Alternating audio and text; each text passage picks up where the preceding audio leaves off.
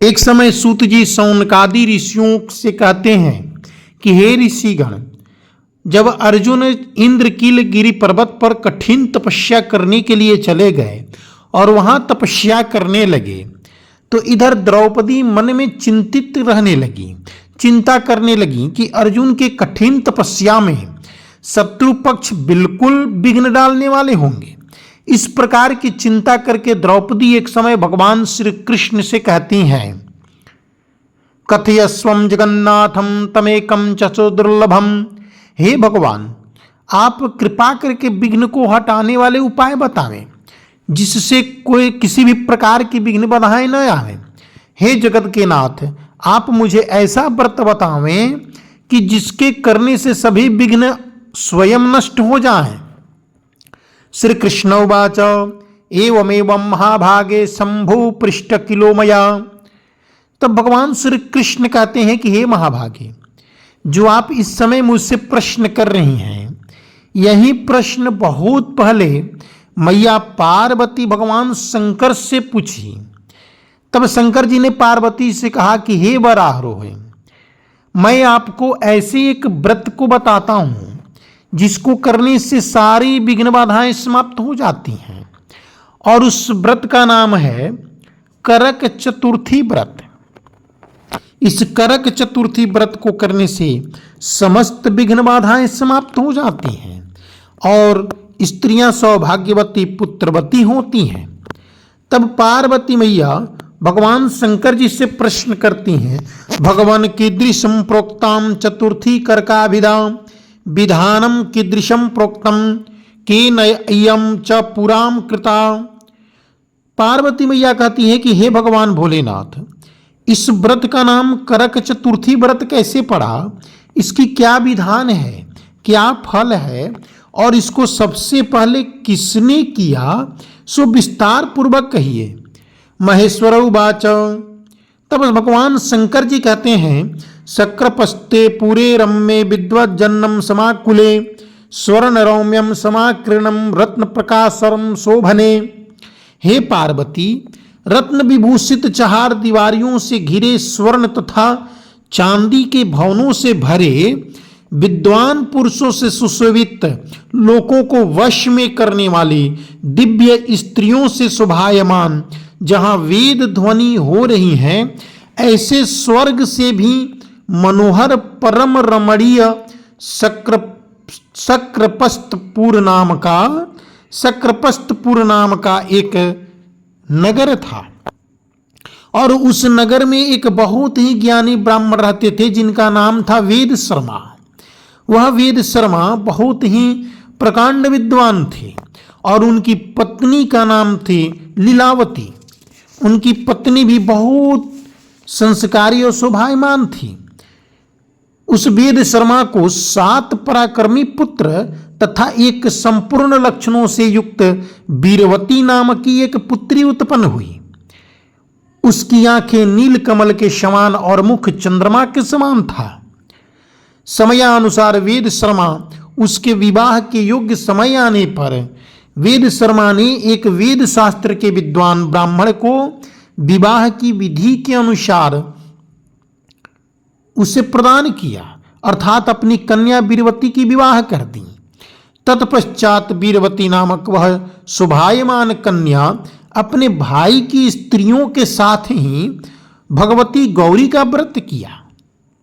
भगवान श्री कृष्ण कहते हैं कि हे महाभागे, तत्पश्चात कार्तिक कृष्ण चतुर्थी के दिन व्रत उपवास कर सायं काल में स्नान करके सबों ने, अर्थात वीरवती और उनके भाई के पत्नियों ने भक्ति भाव से वट वृक्ष का चित्र बना उसके नीचे भगवान शंकर, गणेश और कार्तिक के साथ मैया पार्वती की चित्र बनाई और ओम नमः शिवाय इस मंत्र से विद्वत गौरी की पूजन की। फिर भगवान श्री शिव, गणेश और सदानंद की भी अलग अलग पूजन करके पकवान, अक्षत तथा दीप युक्त 10 करवा और पिसान और गुण से बना नैवेद्य आदि की भोग लगाई, भोज्य पदार्थ को अर्पण किया। वह वीरवती तत्पश्चात अर्घ देने के समय के लिए चंद्रोदय की प्रतीक्षा करने लगी, क्योंकि हे महाभागे, इस करक चतुर्थी में चंद्रोदय होने पर ही भगवान चंद्रमा को अर्घ प्रदान किए जाते हैं। इस बीच में वह वीरवती को अत्यंत भूख प्यासा लगी और उस पीड़ा से वह बार बार मूर्छित होकर के पृथ्वी पर गिर जा रही थी। वीरवती को इस कष्ट को देख करके उसका भाई बहन के प्रेम वश उस वट वृक्ष पर चढ़ा और जलती हुई लुकारी से चंद्रमा का बहाना दिखाया। तब वह वीरवती समझी कि सचमुच चंद्रमा का उदय हो गया है, तो विधि पूर्वक अर्घ देकर के भोजन कर लिया। इस प्रकार से हे महाभागे, श्री कृष्ण कहते हैं द्रौपदी से कि हे महाभागे, इस प्रकार वह वीरवती की व्रत दूषित हो गई, जिसके कारण अल्प समय में ही उसका पति, वीरवती का पति, मृत्युगति को प्राप्त कर गया। तब वीरवती अपने पति को मरा देख बड़ी शोक विलाप की पुनः भगवान शंकर की पूजन करने लगी। श्री कृष्ण कहते हैं कि हे द्रौपदी, वह 1 वर्ष तक निराहार व्रत किया।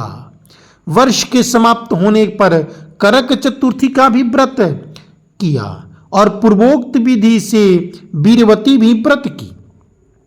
तब उसी दिन देव कन्याओं के साथ शंकर जी कहते हैं कि हे पार्वती, उसी दिन देव कन्याओं के साथ इंद्राणी उस वट वृक्ष के पास पहुंची जहां पर वीरवती करक चतुर्थी व्रत की पूजन कर रही थी। स्वर्गलोक से आई इंद्राणी ने स्वयं वीरवती के पास गई और मानुषी वीरवती से इंद्राणी सब बातें पूछी। इन सब बातों को सुन करके विनय पूर्वक वीरवती ने कहा, अब मैं करक चतुर्थी का व्रत कर अपने पति को जीवित करना चाहती हूं। पता नहीं किस पाप कर्म के फल से हम ज्यों ही घर आई तो मेरे पति मृत्युगति को प्राप्त कर गए। हे माहेश्वरी, हमारे भाग्य से आप यहां आई हैं, सो मेरे पति को जीवित करके कृपा कीजिए। इंद्राणी ने कहा कि हे सुभगे, गत वर्ष जो तुमने अपने पिता के घर में करक चतुर्थी का व्रत किया था, तो बिना चंद्रमा के उदय हुए ही तुमने व्यर्थ में अर्घ दे दिया। यह जल द्वारा अभिसिंचित करके इसलिए व्रत दूषित हो गया। इसी से तुम्हारा पति भी मृत्युगति को प्राप्त हो गया। अब इस समय यत्न से तुम करक चतुर्थी का व्रत करो, पश्चात इस व्रत के प्रभाव से मैं तुम्हारे पति को जीवित कर दूंगी। भगवान श्री कृष्ण कहते हैं कि हे द्रौपदी, इंद्राणी के वचन सुनकर के वीरवती ने विधान पूर्वक करक चतुर्थी व्रत किया और व्रत के प्रभाव से इंद्राणी प्रसन्न हो गई और जल द्वारा अभिसिंचित करके उसके पति को जीवित कर दिया। वह देवता के समान भी हो गया। उसके बाद वीरवती अपने पति के साथ घर आकर बड़े ही परमानंद के साथ रहने लगी। वीरवती के लिए व्रत के प्रताप से उसका पति धनवान पुत्र तथा आयु को प्राप्त कर गया। इसलिए भगवान श्री कृष्ण कहते हैं कि इसलिए हे द्रौपदी, श्रुत्वाम चकार द्रौपदी व्रतम तद व्रतस्य प्रभावेण जित्वा तान कौरवान रणे। हे द्रौपदी, तुम भी इस व्रत को करो, जिसके प्रभाव से संग्राम में तुम्हारे पति विजयश्री को प्राप्त करेंगे। सूत जी कहते हैं कि हे ऋषिगण, कृष्ण के वचन को सुनकर द्रौपदी ने भी करक चतुर्थी व्रत को किया, जिसके प्रभाव से संग्राम में कौरवों को जीत करके पांडवों ने अतुलनीय राज्य का प्राप्त किया, जिससे उनका दुख समाप्त हो गया। भगवान भोलेनाथ कहते हैं कि हे पार्वती, जो सौभाग्यवती स्त्रियां इस करक चतुर्थी व्रत को करते हुए सायंकाल के पूर्वोक्त विधि के अनुसार पूजन करते हुए अर्घ प्रदान करेंगी तथा इस मंत्र को जप करेंगी, ओम करकम क्षीर संपूर्णम तोय पूर्णम मथाय पीम ददामि रत्न संयुक्तम चीरम जीवतु मे पतिः, ददामि रत्न संयुक्तम चीरम जीवतु मे पतिः। इस मंत्र की जो जप करेंगी तो इस व्रत के प्रभाव से उनका पुत्र पति दीर्घायु होंगे। करक चतुर्थी के इस मंत्र को पढ़ करके दुग्ध अथवा जल से पूर्ण कलश में पंचरत्न डाल करके ब्राह्मण को दान करनी चाहिए। हे गणेश जी, इस करक अथवा करवा दान से मेरे पति बहुत काल तक जीवित रहे, मेरा सौभाग्य सदा बना रहे, सुहागिन स्त्रियों को भी दें, उनसे भी करावें।